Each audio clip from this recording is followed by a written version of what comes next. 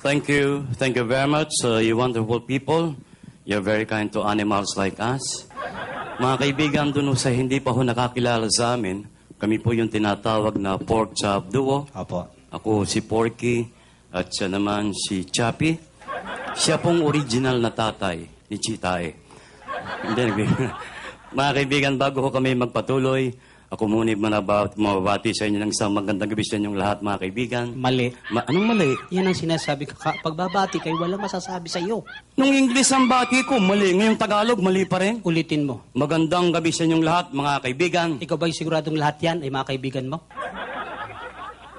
Nakatawa silang lahat sa Hindi akin. lahat na tumatawa at pumapalakpas sa kaibigan mo. Iba nga tingin siya para kang baboy na sa harapan nila. Sisiraan mo na naman. Hindi mo siguradong lahat yan ay kaibigan mo. Tanggalin mo sa tang kaibigan na makasigurado ka. Wala nang kaibigan. Dapat. Pwede nang bumati. Ayusin mo. Magandang gabi sa inyong lahat. Kanino mo sinasabi yan? Sa kanya lang lahat. Pag nagsalita ka rito, lumabas sa speakers, narig na lahat, alam nilang patungkol sa lahat yan. Anong gagawin? Tanggalin mo yung lahat. Wala nang lahat. Dapat. Pwede nang bumati. Ayusin mo. Magandang gabi sa inyo. May kakulitan ka rin. Bakit nga? Alang man tayong dalawa magbatian dito. Siyempre. Kanino mo sinasabi yan? Sa kanila. Alam nilang para sa kalang tanggalin mo inyo. Wala nang inyo. Dapat. Magandang gabi. Ano ba ngayon? Gabi. Hindi tanghali. Hindi. Hindi hapon. Hindi rin. Lalong hindi umaga. Hindi. Huwag mo silang gawing tanga. Alam nilang gabi ngayon. Anong gagawin? Tanggalin mo yung gabi. Wala nang gabi. Dapat. Maganda. Paano yung pangit? Ay, meron dyan maganda lang. Sa paningin lang kitang minamahal. Paano karapang tawagin maganda? Tulad mo si Leipin, hindi marunong masaktan. Anong gagawin? Tanggalin mo yung maganda. Wala nang maganda. Dapat. Pwede nang bumati. Ayusin mo. Uwe. Sa akin mga nasa harapan. Paano yung nasa tagliran mo yan? Importante lang ba sa harapan na tinutumbok mo? Anong gagawin? Eh, tanggalin mo yung harapan. Sa mga walang harap? Buisit. Eh, tinanggal mo lahat. Ano pang gagawin ko rin eh? Luma na kasi yung pagbati mo. Naalala mo, ilang buwan nakakalipas. Nang galing tayo ng Israel, nang galing tayo ng Japan, nang galing tayo ng Australia, ng Amerika. Naintindihan ba mga tao na sinabi mo? Pasensya sila. Pilipino tayo eh. Mali yun. Galing tayo international language, sign language. Wala namang sign language ah. Tignan mo yung gagawin ko. Paano?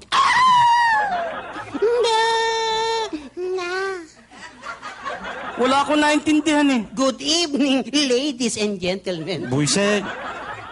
Kita mo puro ba karamihan babae mga nasa Oo, audience. nagkaintindihan kami. Puro kakalokohan.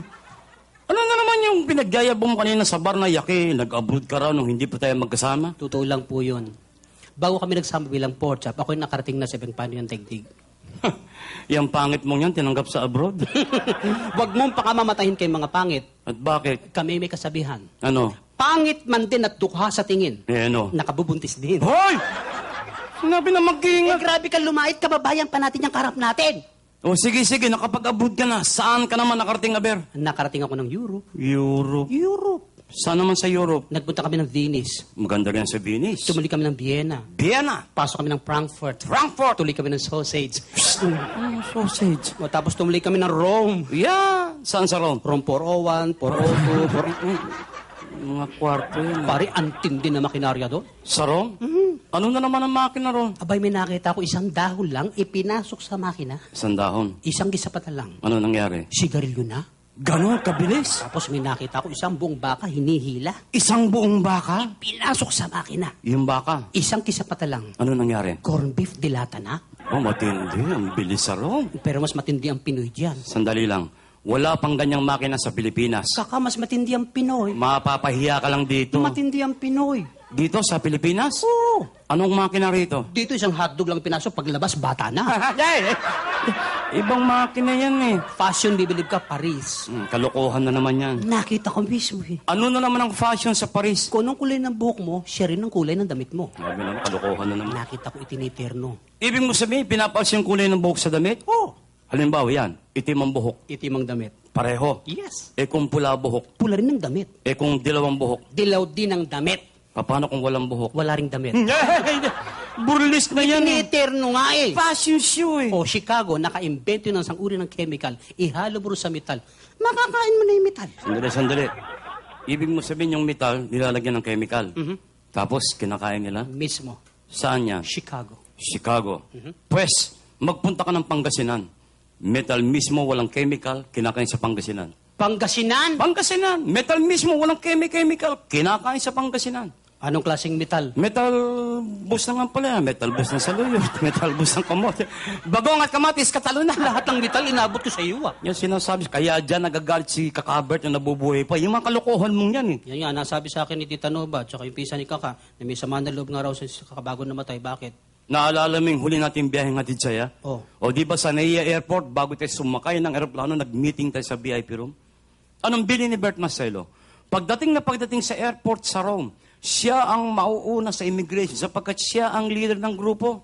Akala mo magpatiw na kay hindi ka naman marunong mag-Ingles. Uy, alalahan ng Pinoy ako. So, Ang Pinoy, bago bumitaw na sa lahat ng pinag-aaral muna sa paligid niya. bakit? Anong pinag-aralan mo ron? Dalawang nauna sa akin. Ano? British, Amerikano, pangatlo ko. Kita mo, magagaling sa English yung mga yan. Tinanong na immigration officer yung British, Anong tinanong? will you stay long here, sir? Anong sagot ng British? I'm afraid not. Kita mo, galing sa English. Tinanong yung Amerikano, will you stay long here, sir? Anong sagot ng Amerikano? Well, I'm afraid so. Galing talaga. Tinanong ko pangatlo ko sa pili, Ikaw na tinanong. will you stay long here, sir? Anong sagot mo? I'm not afraid. Patay.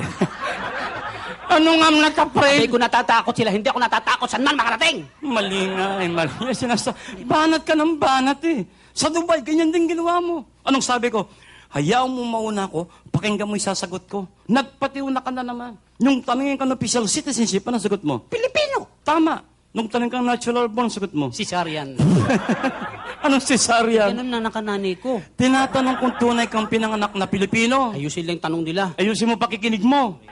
Kaysa buwisit kasi hindi na ako sumama ng Singapore eh. Yan nga. Napasin ko yung labor ata sa'yo natin, hinahanap yung passport mo. Saan ka nagpunta? Punta ako ng India. India? Oo! Tinatanggap na ang baboy sa India? Tawa ko! Sige pa, samantala. Pero alam mo, may napasin ako sa India. Ano? Karamihan pala ng mga tao ron, may pula rito sa noo eh. Kahit dito makita mo, naglipa na yung ganyan. Ikaw ba, alam mo kung bakit sila may pula sa noo? Hindi. Hindi mo alam? Bakit? Para malaman daw kung asado o bola-bola. Walang ginawa mo siya pa yung tao, ah. Nagbibiro lang.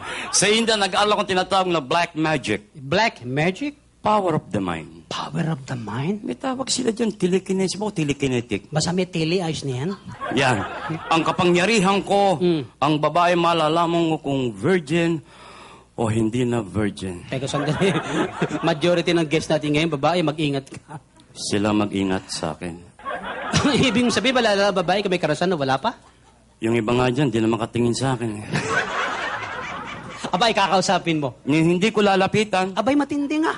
Power of the mind. Lugar, okasyon, Sa mga disco, coffee shop, restaurant, sa public places, ganyan. sa pamamagitan ng... Sa order lang, huli mo na ng kategorya. Oh, come on. Order lang, malalaman kung may karasan ng tao, wala. Bibigyan kita ng sample. Dapat. Kapag ang babae walang asawa, walang syota, in short, virgin. Yan. Kadalasang in-order niyan. Ano? Soup.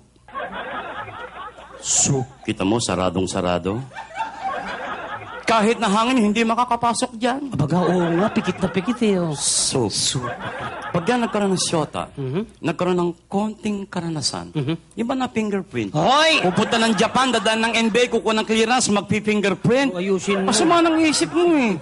May konting karanasan. Yan. Ang ino-order niyan, Ano? juice. Juice. Kita mo, bumuka na. Nadaanan yata ng hangin, kaka. Yan ang sinasabi ko sa'yo. Sige. Pag yan nag-asawa, nagkaroon ng isang anak, Yan. may karanasan na yan. Of course naman. Ang ino-order niyan, Ano? Coke.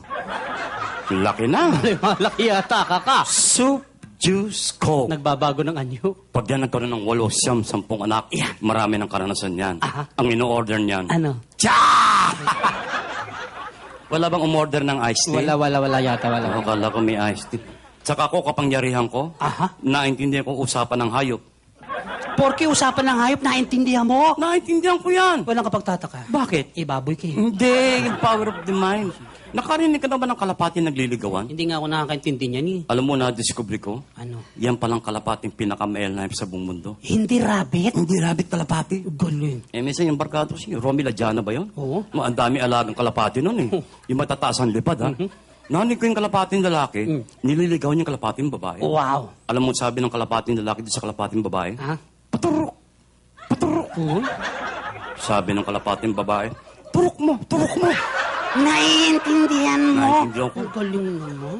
Minsan naimbita naman ako somewhere in Bulacan. O, somewhere in Bulacan. House blessing.